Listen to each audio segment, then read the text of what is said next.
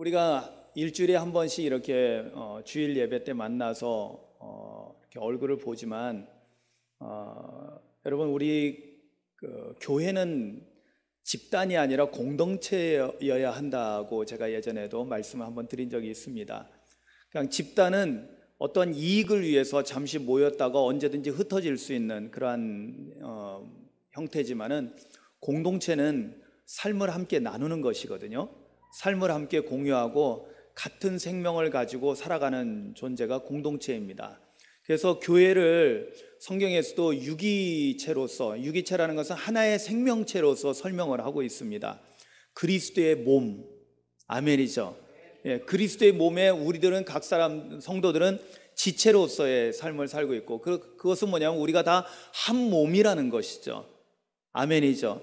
그래서 어디 한 새끼손가락이 아프면은 온몸이 다 아픈 거예요. 그게 공동체입니다. 그러나 집단은 그렇지 않죠. 집단은 그냥 한쪽에서 굶어 죽어도 한쪽에서는 잘 먹고 흥청망청 할 수 있는 그런 것이 집단입니다. 여러분, 오늘날 한국교회가 공동체성을 많이 상실하고 있고 집단으로 이렇게 변질되어 가고 있는 한국교회의 현실을 여러분들 주목해서 보고 여러분들 경각심을 가져야만 합니다. 아멘. 예.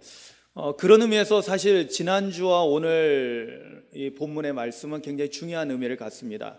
사실은 지난주뿐만 아니라 그 앞전에서 주님께서 우리의 내면에 이 내면에 있는 그 하나님의 빛이, 즉 예수 그리스도의 빛이죠. 우리 안에 있는 빛이 어둡지 않은가 좀 살펴보라고, 즉 내면의 성찰에 대해서 주님께서 말씀하신 것을 우리는 기억하고 있습니다.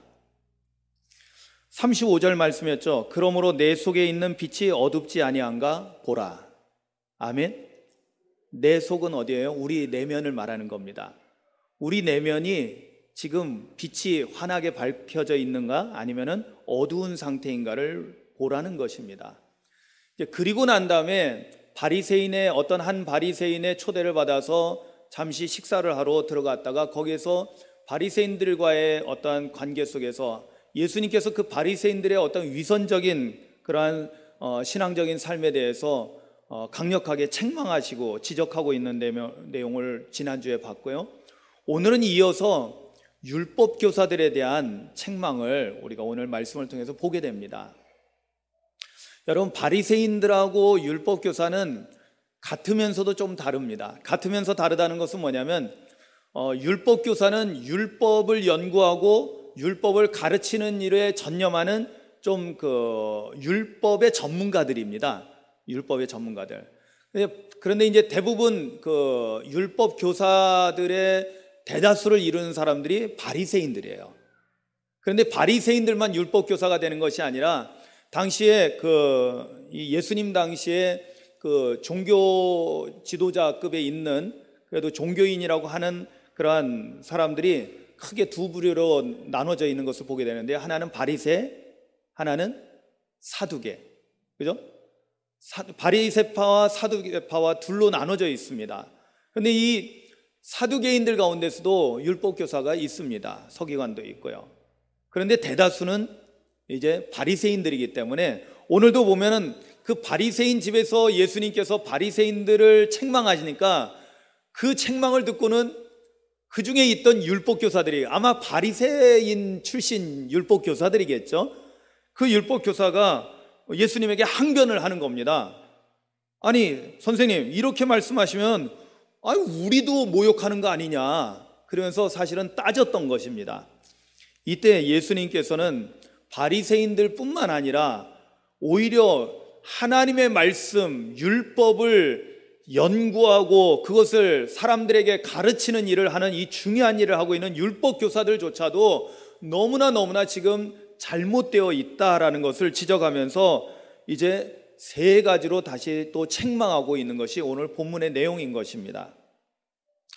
여러분, 사실은 오늘 이 말씀은요, 바리새인들에게 하신 예수님의 세 가지 책망을 우리가 지난주에 보았고, 오늘 율법 교사들에게 주는 세 가지 책망을 우리가 보게 되는데, 바리새인들에게 하는 책망, 율법 교사들에게 하는 책망은 오늘날에는요 누구에게 해당되냐면 바로 오늘날 교회의 모든 목사님들과 장로님들과 권사님들 모든 성도들에게 하시는 주님의 책망이 된다라는 것을 깨닫기를 주님의 이름으로 축원합니다. 아멘. 항상 말씀을 들을 때 우리가 주의해야 될 것은 하나님께서 지금 말씀하실 때, 목사님을 통해서 하나님께서 말씀하실 때 이 말씀은 다른 어떤 사람에게 하는 것이 아니라 바로 지금 나에게 주시는 말씀이라는 것을 여러분 우리가 깨닫고 그런 자세로 말씀을 받아야 된다는 것입니다. 아멘. 그럴 때 그 말씀이 우리에게 은혜가 되는 것입니다. 그럴 때 그 말씀이 나에게 생명의 떡이 되는 것입니다. 아멘이죠. 어저께 우리 최경석 권사님, 조일수 권사님 팔순 두 분이 함께 팔순을 하시면서 잔치를 해주셔서 가서 예배를 드리고 식사를 하는데 정말 잘 차려놨더라고요. 뷔페에서 하는 거지만은 오래간만에 갔는데 아주 잘 차렸더라고요. 훨씬 더 좋아진 것 같아요. 비싼 걸 하셔서 그런가?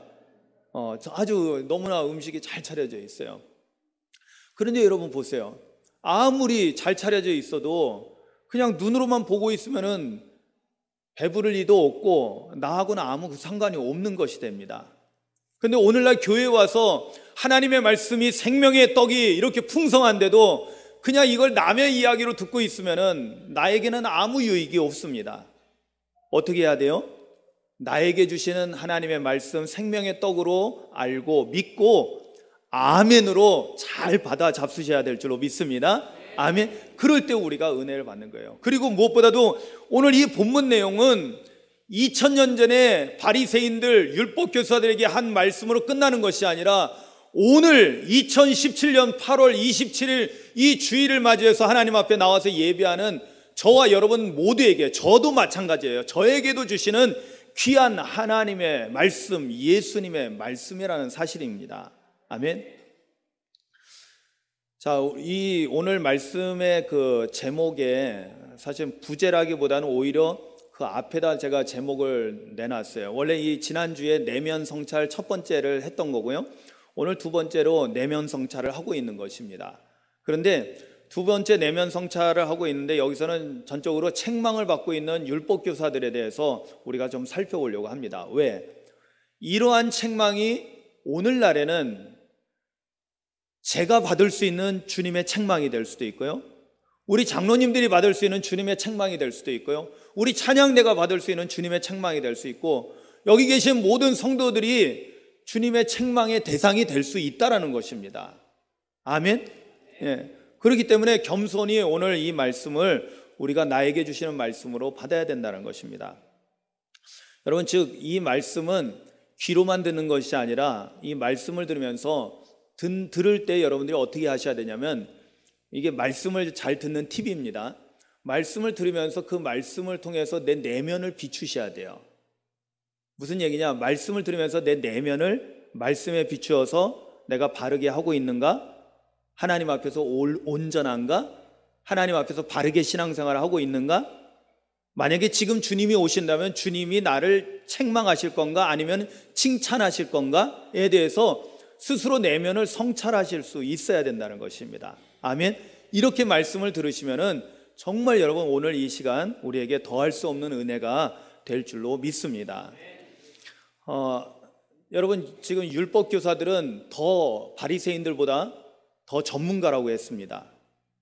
아마 오히려 지금으로 따지자면은 장로님들, 목사님들이 아마 더 해당될 수도 있을 것 같습니다. 또 교회학교 선생님들도 다 마찬가지로 여기에 율법 교사에 들어갑니다.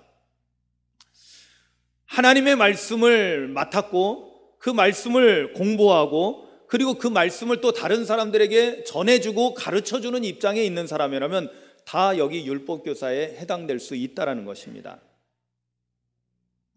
그런데 안타깝게도 주님께서 당시의 율법 교사들의 모습을 딱 봤을 때 바리새인들과 마찬가지로 율법 교사들은 오히려 더 심하게 책망받아야 될 문제점들을 가지고 있었습니다.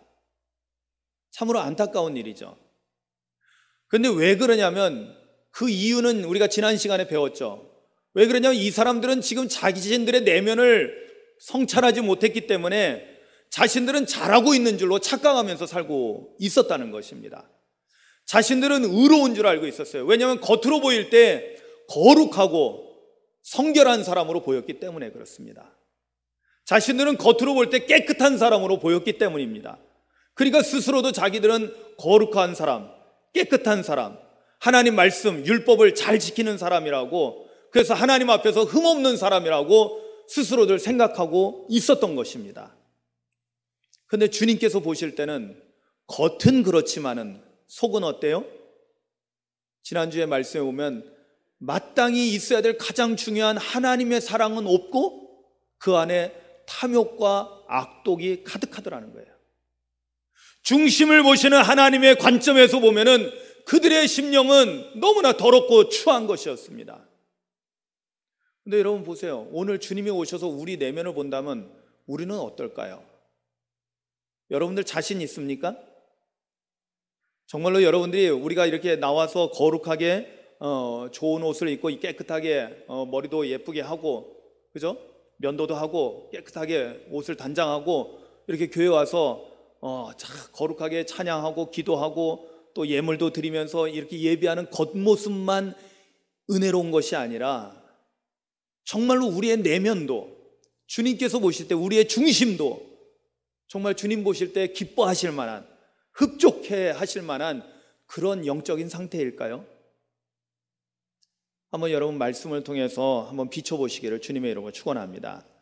오늘 먼저 이 세 가지 바리새인을 책망한 내용을 우리가 살펴보면서 우리도 혹시 이런 책망을 들을 수 있지 않을까라는 것에 대해서 한번 조심히 살펴보기를 원합니다.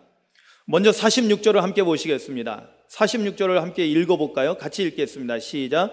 이르시되 화 있을진저 또 너희 율법교사여 지기 어려운 짐을 사람에게 지우고 너희는 한 손가락도 이 짐에 대지 않는도다. 아멘.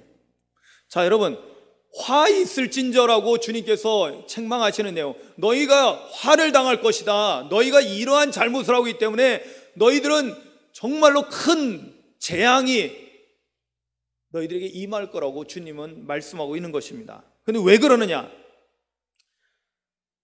지기 어려운 짐을 다른 사람들에게만 잔뜩 지어놓고는 자신들은 손가락 하나 까딱하지 않는다는 겁니다. 이게 무슨 내용입니까? 나는 지기 싫은 거예요. 내가 지면 힘든 거니까, 나는 하기 힘드니까 나는 안 하고 힘든 거를 다른 사람들에게만 다 전가시킨다는 것입니다. 근데 이 내용은 무엇을 의미하냐면요, 다름 아니라 여러분 이 율법교사들이 뭐 하는 사람이라고 했어요? 율법을 연구하고 또 율법을 가르치는 일을 합니다. 그리고 여기 한 가지 뭘 하고 있냐면, 당시에 율법교사들이 율법을 자꾸만 만들어내는 거예요. 여러분, 장로들의 유전이라는 것은 뭐냐면, 장로들의 전통이라고 이제 성경에서 나오는 이 표현들은 뭐냐면요, 하나님께서 원래 모세를 통해서 주신 그 율법은 아주 상세하지는 않거든요. 그러니까 생활 속에서 여러 가지 규칙들을 계속해서 만들어내는데 이것을 율법으로 다 포함시키는 거예요. 자꾸만 율법이 많아져 가지고 수백 가지 율법을 만들어 놓는 거예요. 제가 이스라엘 성지순례 갔다 왔을 때, 지금도 여러분 유대인들은 재밌는 율법을 지키고 있다고 그랬죠.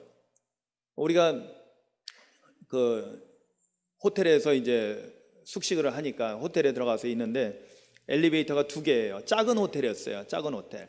그러니까 엘리베이터 작은 거 2개 있는데 안식일이 됐어요. 안식일이 됐는데 우리한테 이제 가이드가 이제 주의를 주더라고요. 왼쪽에 있는 건 타지 말라는 거예요. 그리고 오른쪽에 있는 것만 쓰라는 겁니다. 왜 그러냐? 왼쪽에 거는 유대인들 전용이라는 거예요. 근데 안식일의 유대인의 전용은 뭐냐? 안식일의 유대인들은 버튼을 눌러서 불을 켜면 안 된다는 거예요. 그러니까 엘리베이터에 자기 가려고 하는, 만약에 7층이면 7층을 누르면 불이 들어오잖아요. 그러니까 그걸 누르면 안 되니까 이 사람들은 그냥 타면은 자동으로 열렸다 닫혔다 하잖아요. 열렸다 닫히면은 그냥 1층에서 2층, 2층에서 열렸다 닫혔다가 3층 올라가서 열렸다 닫혔다, 4층 계속 그러고 있다가 7층 돼서 가만히 있으면 열리면 그때 살짝 내리면 된다는 거예요. 그리고 우리는 만약에 7층 가야 되는데 우리는 7층만 누르면 되잖아요. 그런데 그 엘리베이터를 타면은 계속 매 층마다 열렸다 닫혔다 할 때마다 꼼짝없이 작동도 안 되니까 어차피. 굉장히 우리가 난감한 상황에 처하게 되니까 이쪽에 이방인 용어를 쓰라는 거예요. 한 예에 불과하지만 지금도 그럴진데 옛날에는 어떻겠습니까?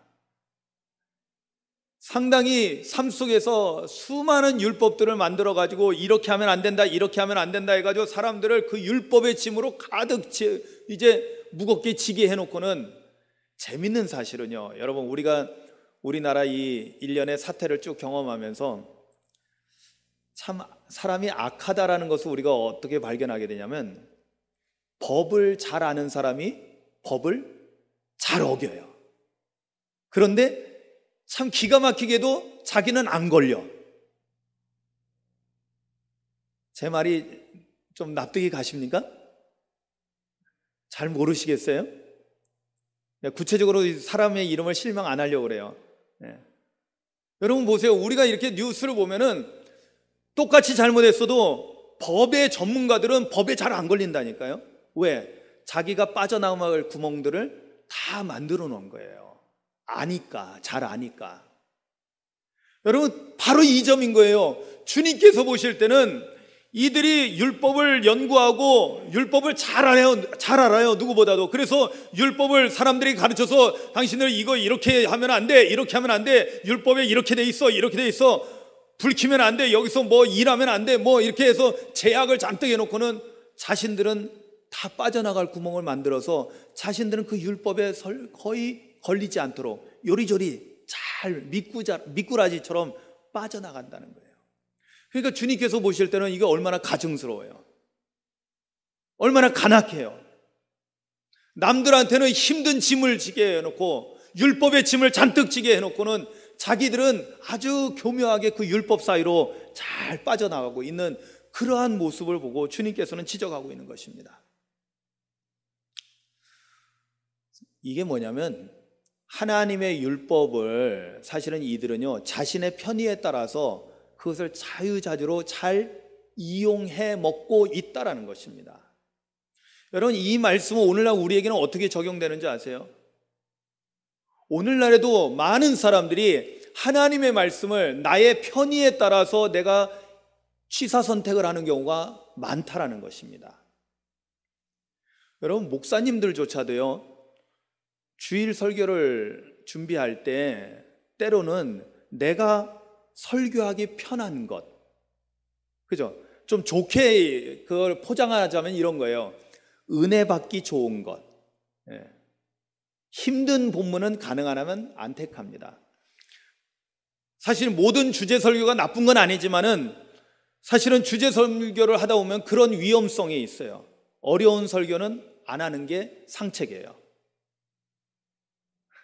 이건 여러분들이 아멘 안 하셔도 돼요. 이건 목사님들에게 달려. 그런데 제가 구태여 이 강해 설교를 주일 설교에도 하게 된 이유는 뭐냐면, 말씀이 먼저 앞서가고 나는 그 말씀을 따라가는 입장이 돼야 되지, 내 편의에 따라서 말씀을 선택한다는 것은 이게 순서가 바뀌었다라는 생각이 들어서예요. 여러분, 시편 119편에 주의 말씀은 내 발의 등이요 내 길의 빛이니이다 라고 고백하고 있어요. 주님의 말씀이 내 발의 등불이에요. 내 길의 빛입니다. 자, 그러면 우리가 알잖아요. 껌껌한 데서 우리가 길을 갈 때 불을 밝혀야 되는데, 불을 밝혀서 등불이 있어요. 앞에다 둬요, 뒤에다 둬요. 뒷짐지고 이렇게 등불을 뒷짐지고 뒤에다 놓고 이렇게 걷는 사람은 바보일 겁니다. 그죠? 어떻게 해요? 껌껌한 길을 걸어갈 때 앞에다가 등불을 밝혀서 앞에다 놓고 그것을 통해서 길을 잘 분간해서, 그래서 우리가 온전히 수렁에 빠지지 않고 똑바로 갈 수 있게 되는 거겠죠. 말씀이 그렇다는 거죠. 말씀이 우리 앞을 인도하는 거고 우리는 그 말씀을 따라가는 거야 된다는 거예요.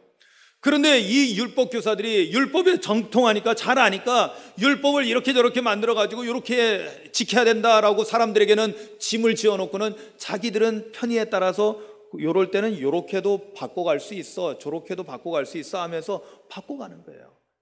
예를 들면 이런 얘기가 있어요. 안식일에 얘네들이 매듭을 매면 안 된다는 것이 있어요. 매듭을 매면 안 된다는 율법이. 근데 여성들의 이런 치마끈 같이 매는 거는 괜찮대. 그러니까 물을 기를 때 일반 끈 물을 하니까 여성들의 그걸 갖다가 한다는 거예요. 그러면 또 괜찮은 거야. 이게 나도 이제 주석에 나와 있는 설명을 보면서 참 웃기더라고요. 야, 참 이걸 우리가 흔히 뭐라고 얘기하냐면 코에 걸면 코골이가 되고 귀에 걸면 귀걸이가 되는 거예요. 이어령 비어령이라는 거예요. 그런데 오늘날 많은 그리스도인들이 하나님의 말씀을 대하는 태도가 나에게 좀 불리한 말씀이면 은근히 살짝 나랑 상관없는 말씀인 것처럼 살짝 외면합니다.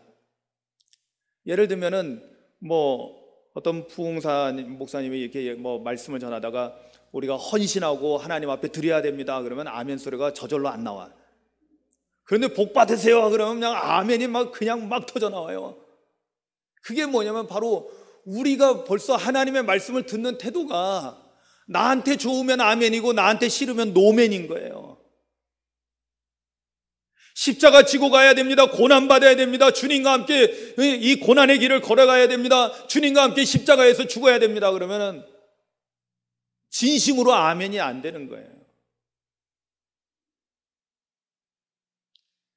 사랑하는 성도 여러분, 이 율법 교사가 가지고 있는 잘못된 부분이 오늘 우리에게도 있다라는 것을 여러분 꼭 명심하시기를 주님의 이름으로 축원합니다. 만약에 우리가 성경을 그렇게 보고 말씀을 그렇게 대한다면은 오늘 주님이 오시면은 주님도 오늘 우리에게도 그렇게 책망하실 거라는 거예요. 자, 두 번째는 더 심각해집니다. 두 번째 화 있을 찐저는요 47절부터 51절까지 쭉 이어집니다.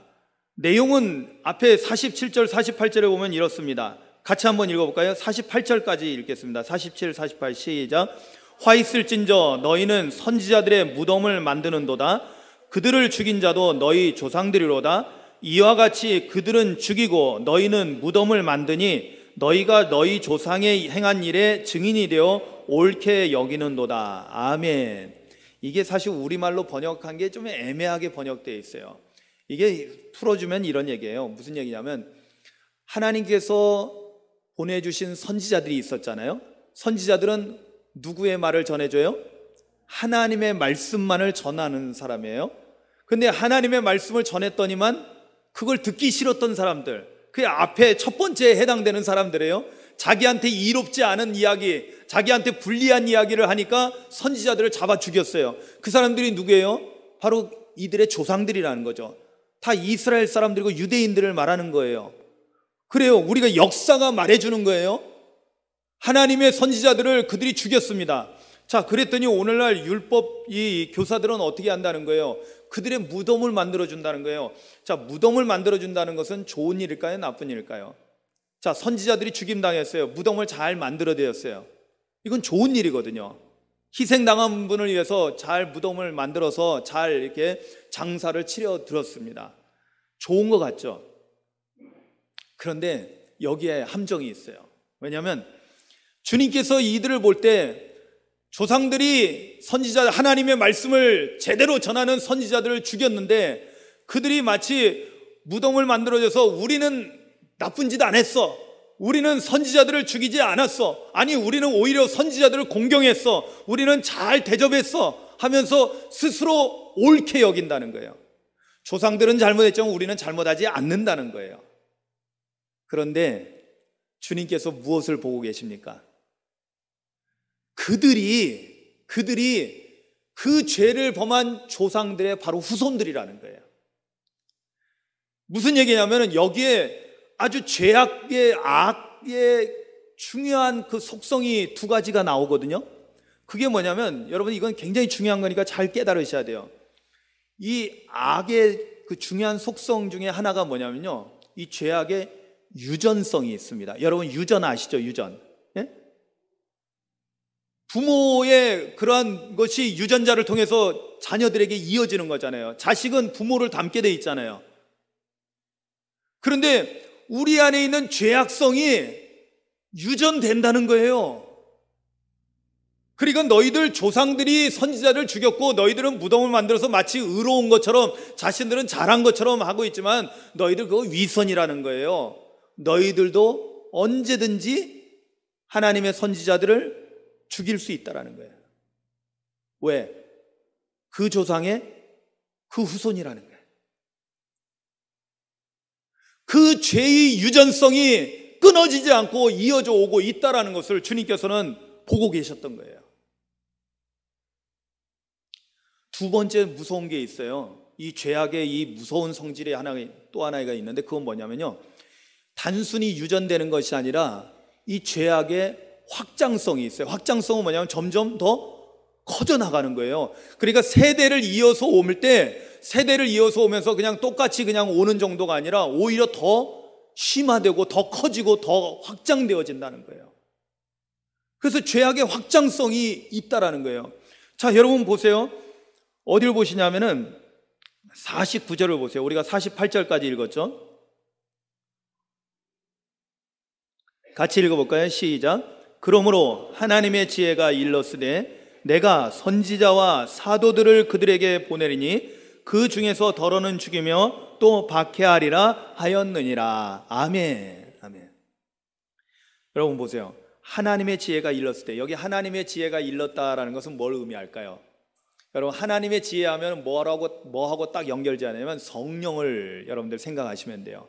성령께서 알게 하시는 것이 하나님의 지혜입니다. 아멘. 사람의 정보, 사랑의 지식이 아니라 성령께서 알려주시는 것이 하나님의 지혜예요. 자, 하나님의 지혜, 곧 성령께서 오늘 우리에게 알려주는데, 즉 주님께서 선지자도 보내주고 또 누구를 보내줘요? 사도들을 보내준다는 거예요. 사도들은 누구냐면은 바로 예수님의 사역을 이어서 행할 자들을 의미합니다. 그런데 예전에는 이 선지자들만 죽였는데, 이제는 새로운 주님의 귀한 일꾼들, 여러분 사도들은 엄청난 주님의 귀한 일꾼들입니다. 그런데 이들도 죽여버린다는 거예요. 그리고 박해한다는 거예요. 결국에는 세대를 이어서 이 죄악이 소멸되는 것이 아니라, 시간이 흘러가서 없어지는 것이 아니라 유전적으로 계속해서 이어져 내려올 뿐만 아니라 이게 점점 더 확장돼서 더 많은, 나중에 보면은 사도들뿐만 아니라 모든 그리스도인들을 핍박하고 죽이는 일에 유대인들과 로마가 앞장섰던 것이죠. 주님께서는 이것을 보신 거예요. 그리고 그로 인해서 그 모든 핏값이 너희들에게 돌아갈 거라고 경고를 하고 있는 것입니다. 사랑하는 성도 여러분, 그렇다면 여러분 여기서 우리가 잠시 멈춰봐야 돼요. 왜냐하면 우리도 원래부터 예수 잘 믿었던 게 아닙니다. 그죠? 여러분, 처음 예수 믿으려고 하는 분들이 약간 두려운 마음이 있다고 그래요. 처음 예수 믿으려고 하는. 저희 집사람의 사돈댁 되시는 분이 저 전라도에 경상도에 살고 계시는데, 암에 걸렸는데 놀랍게도 예수 믿지는 않거든요. 그런데 그래도 예수 믿는 딸과 또 사위를 통해서 감사하게도 이제 이 부산에서는 치료할 수 없다고 그래가지고 그냥 당신 죽을 준비하시오 이렇게 했는데, 서울 세브란스 병원에 와가지고는 그래도 잘 수술받고 치료받을 수 있게 됐어요. 그리고 너무나 잘 치료가 되고, 그래서 그 와중에 이제 그 일에 아주 애를 썼던 사람이 다 예수 믿는 자녀들이었어요. 그러다 보니까 이분들이 이 사돈댁에서 이제 예수를 믿어야 되겠다는 마음이 생기는데, 불현듯 두려운 마음이 생긴다는 거예요. 왜? 내가 예수 믿게 되면 뭔가 나쁜 일이 생기지 않을까라는 그런 막연한 두려움. 그런데 여러분, 이 두려움에 속지 않기를 주님의 이름으로 축원합니다. 왜? 이 두려운 마음을 주는 것은 마귀가 주는 거예요. 왜? 빼앗기니까. 그런데 여러분, 예수 믿는다는 것은 뭐예요? 하나님을 우리가 정말 아버지로 섬긴다는 것은 모든 죄악된 것을 끊어버리고 영원한 생명, 천국을 소유하게 되는 것이거든요. 할렐루야. 그런데 마귀는 이 좋은 길로 가는 걸 자꾸만 두려운 마음을 줘서 막연한 두려움에. 그런데 왜 그러냐면, 처음 예수 믿다 보면 마귀들이 장난을 하도 하기 때문에, 왜냐하면 이 내려오는 그 유전적인 죄악성이 있는데 이것을 쉽게 끊어지지 않거든요. 그것 때문에 자꾸만 걸려 있는 거예요. 그러니까 이것이 막연한 그러한 두려움으로 남아있게 되는데요. 여러분, 그러나 걱정하지 마세요. 여러분, 우리가 성경을 통해서 배우는 게 뭐예요? 여러분, 예수님께서 십자가에서 우리의 죄를 대신하여 피 흘려 죽으셨을 때, 할렐루야, 이 십자가 대속의 은혜로 말미암아 유전적으로 내려오는 모든 죄악을 완전히 끊으셨다는 것입니다. 아멘. 여러분, 그러니까 우리의 이 죄악의 유전성을 끊을 수 있는 것은 뭐냐면 오직 예수님의 십자가 대속의 은혜밖에 없다라는 사실입니다. 근데 우리는 그것을 받은 자들이잖아요. 그러니까 염려할 것이, 걱정할 것이 없다라는 거예요. 그런데 문제는 뭐냐?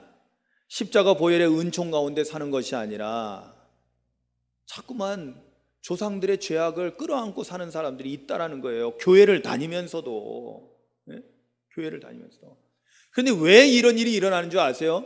이게 내면의 성찰하고 자꾸만 문제되는 것이 뭐냐면 겉과 속이 다른 거예요. 무슨 얘기냐면 우리가 교회는 다닙니다. 감사헌금도 하고 심지어는 11조 헌금도 하고 의무생활 다 하고 봉사도 하고 다 하는데 문제는 뭐냐? 이게 형식으로만 남아있게 되고 하나님 앞에서 우리의 내면이 진실하지 못하면은요 위선이 되고, 그런 사람에게는 뭐냐면 진정으로 그 안에 죄악이 끊어져 있는 것이 아니라 조상 때서부터 이어져 오는 그러한 죄악에 유전된 성질들이 남아있게 된다는 거예요. 이거는 모든 인간에게 같이 있는 거예요. 그런데 예수님의 십자가 보혈의 은총을 완전히 입은 자들만이 이거를 끊어버리거든요. 할렐루야. 제가 예전에 이제 우리 청년들을 가르치고 그럴 때 서울에서 우리 젊은 청년들이 술 먹는 문제, 담배 피는 문제 때문에 고민을 하는 친구들이 있어요. 이제 그래도 고민한다라는 건 참 감사한 일이에요. 왜? 고민 안 하고 있는 사람들이 많거든. 그런데 은혜를 받게 되면은, 말씀을 듣고 은혜가 들어오면은 술 먹고 담배 피는 것이 고민이 되기 시작해요. 근데 이게 고민이 돼야만이 진정한 신앙의 단계로 들어서는 겁니다. 이게 고민이 안 되면은요, 이거는 아직 영적인 삶을 제대로 살고 있지 않다라는 거예요. 근데 제가 그렇게 이야기합니다. 그것은 뭐냐면, 성경에 보면 술 먹는다고 해서 구원 못 받냐? 그렇지는 않다라는 거죠. 여러분, 술 안 먹어야지 구원 받는다 있어요, 없어요? 없어요. 담배에 대한 이야기는 더더욱 없어요. 술, 담배를 하고 안 하고가 문제가 아니라는 거예요. 그런데 중요한 것은 실제적으로 깨닫는 건 뭐냐?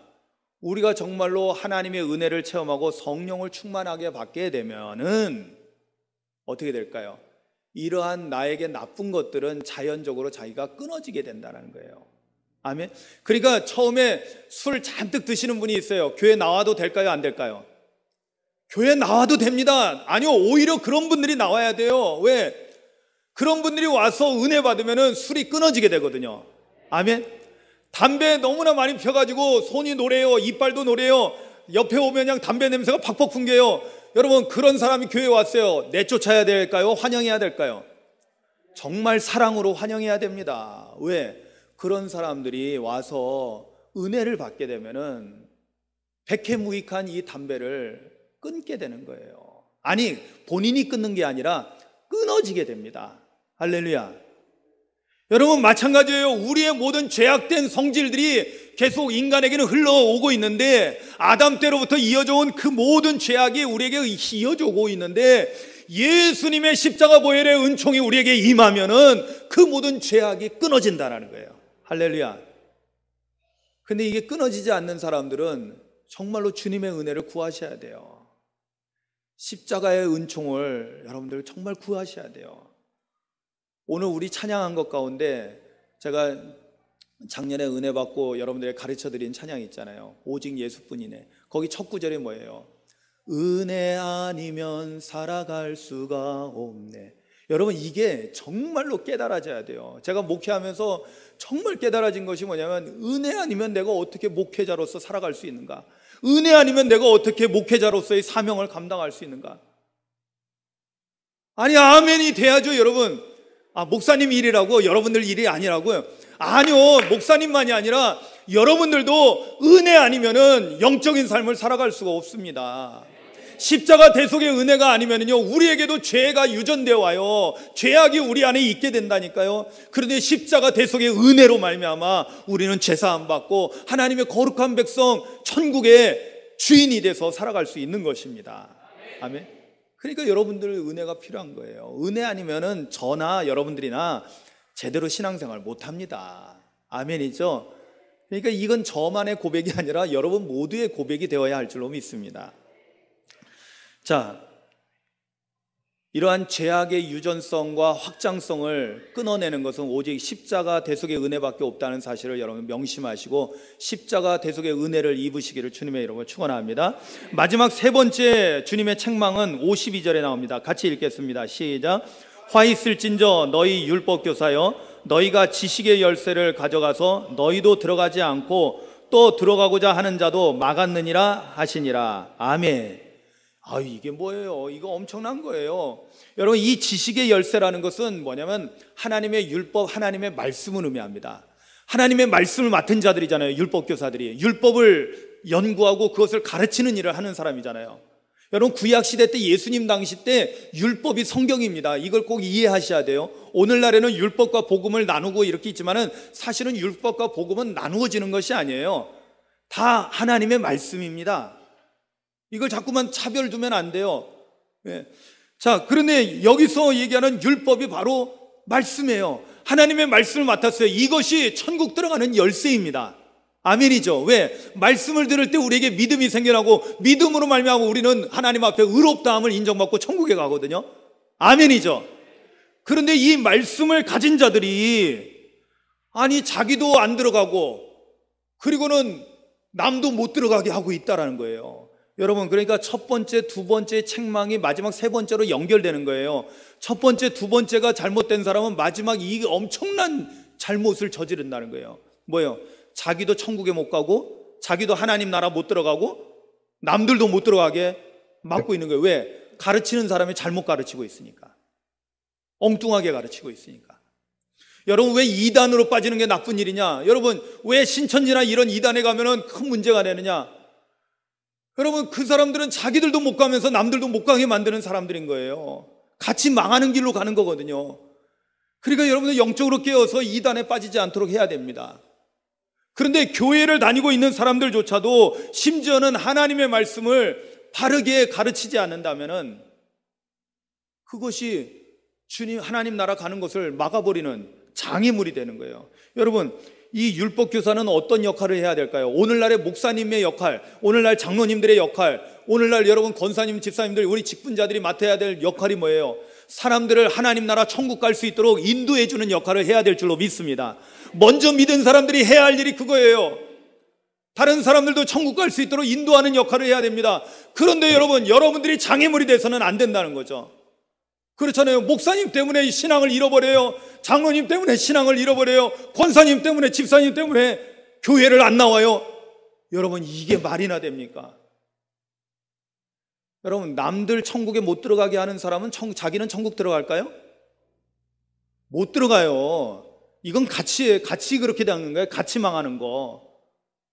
남들 못 들어가게 하면 자신도 못 들어가는 것입니다.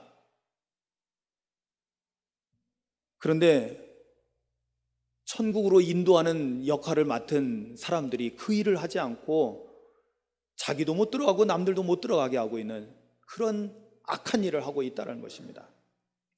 사랑하는 성도 여러분, 오늘 저와 여러분들이 목사, 장로, 권사, 집사 이런 직분이 중요한 것이 아닙니다. 하나님 앞에서 정말 내가 하나님 말씀 앞에 바르게 서 있는가? 아멘? 내 편의대로 말씀을 막 움직이는 것이 아니라 겸손히 주님께서 말씀하시면 아멘, 주의 종이 듣겠나이다 하고 겸손히 그 말씀을 따라 살고 있는가? 십자가 대속의 은혜 가운데 살고 있는가? 아멘? 그리고 다른 사람들에게 복음의 빛을 비치면서 덕을 끼치면서 살아가고 있는가? 내가 혹시 다른 사람들이 하나님 앞에 나올 때 그 길을 인도해주는 좋은 빛의 역할을 하는가? 아니면은 장애물 역할을 하고 있는가? 여러분들 성찰하셔야 된다는 거예요. 마치 나는 아닌 것처럼 생각합니다. 천만에요. 여러분들 이웃들 가운데, 여러분들 가족들 가운데 교회에 안 나오는 사람이 누구 때문일까요? 여러분 때문이라니까요. 저와 여러분 때문이라니까요. 여기 오상리 구아리에 보면은 목사님 때문에 교회 안 나오시는 분이 있고, 장로님 때문에 교회 안 나오시는 분이 있고, 권사님들 때문에 교회 안 나오시는 분들이 있다라는 거예요. 남 얘기가 아니라니까요. 오늘 우리들의 이야기라니까요. 여러분들 가족들 가운데 예수 안 믿는 분이 있습니다. 왜 안 나올까요? 우리는 그 사람의 잘못이라고 봅니다. 아이 참 그 사람 되게 고집스러워. 아유 그 사람 왜 이렇게 마음이 그냥 완악한지 몰라. 아니요. 먼저 믿는 우리가 똑바로 못하기 때문에 그렇다는 거예요. 그런데 자기를 성찰하지 않는 사람들은 늘 다른 사람 탓으로 돌립니다. 그러나 성령 안에서 자기를 비추어 보면은 나의 부족하고 연약함을 발견하게 돼요. 그래서 하나님의 은혜를 구하게 됩니다. 하나님 도와주세요. 하나님 나의 부족하고 연약함 주님 앞에 아뢰니 주님 나를 불쌍히 여겨주셔서 나를 온전케 하여 주시고, 그래서 다른 사람들을 빛 가운데로 인도할 수 있도록 내 가족을 내 이웃들을 하나님께로 인도할 수 있는 그 사명 감당할 수 있도록 해달라고 간구해야 돼요. 아멘. 여러분 오늘 주님께서 율법교사들을 책망하셨지만은 여러분들이 정말 귀가 있다면, 영적인 귀가 열려져 있다면 이 주님의 음성이 오늘 저와 여러분들에게 하시는 주님의 음성이라는 것을 깨닫게 되기를 주님의 이름으로 축원합니다. 그리고 하나님 앞에서 이것으로 책망 듣는 자가 아니라 잘했다 칭찬받는 저와 여러분들이 될 수 있기를 주님의 이름으로 축원합니다. 우리 조용히 기도하시겠습니다. 오늘 말씀을 생각합니다. 말씀을 묵상합니다.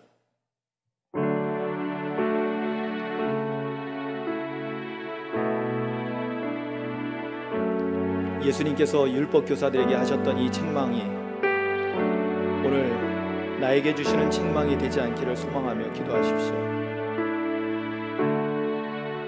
하나님 말씀 앞에서 겸손히 서서 주님의 음성을 듣고 순종하는 삶을 살겠습니다. 고백하고 십자가 보혈의 은총 가운데 우리의 모든 죄악의 유전을 끊고, 그리고 죄악이 확산되는 것을 방지하고 온전히 주님의 은혜 가운데 새 생명을 가지고 살아가기를 소망하며 기도하십시오. 내가 어둠 속에 사는 사람들에게 빛이 되기를 소망하며, 내가 사람들이 하나님께로 나오는데 장애물이 아니라 그들을 빛 가운데로 인도할 수 있는 빛의 자녀로서의 삶을 살아가는 우리 모두가 되기를 소망하며 기도하십시오.